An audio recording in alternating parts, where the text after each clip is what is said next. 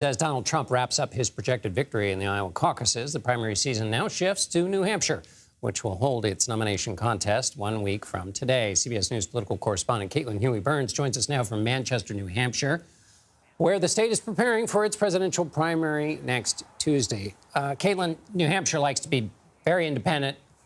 Its electorate is different than Iowa. Given that history, given your reporting, how do you expect things will go, given the fact that Donald Trump seems to be coming out of Iowa with a kind of dominance that no previous Republican candidate has ever done when heading into New Hampshire?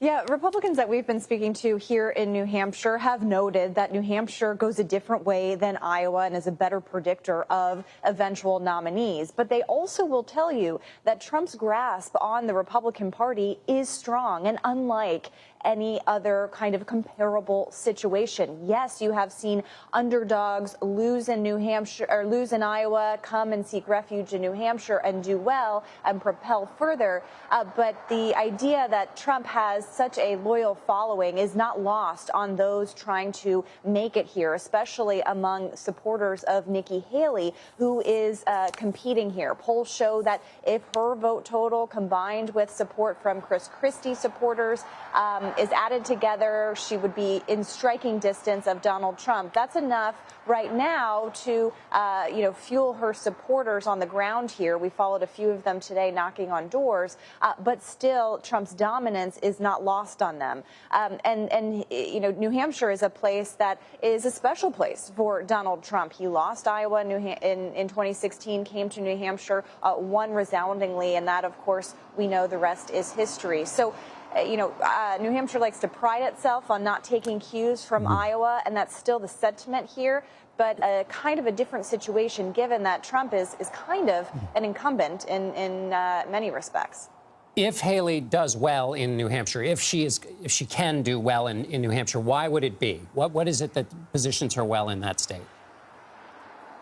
A couple different things. First, when you look at the electorate here, independent voters or unaffiliated voters, undeclared voters as they're called here in New Hampshire, can vote in the primary. It's an open primary. So that is something that that Haley supporters think can work to her advantage. The other thing to kind of consider here as well is that in our polling, when you look at Iowa voters, 48% say that they identify as MAGA. Here in New Hampshire, it's only 33%. So the electorate looks a little bit different here in addition to it being a primary. But I talked to a senior advisor to a PAC supporting Haley about this dynamic. Take a listen to what he had to say, how he described the electorate here.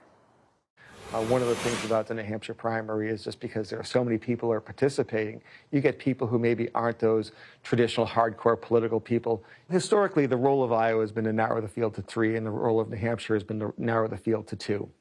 But certainly, Nikki Haley has the opportunity to really take the race to Donald Trump with a strong showing in New Hampshire.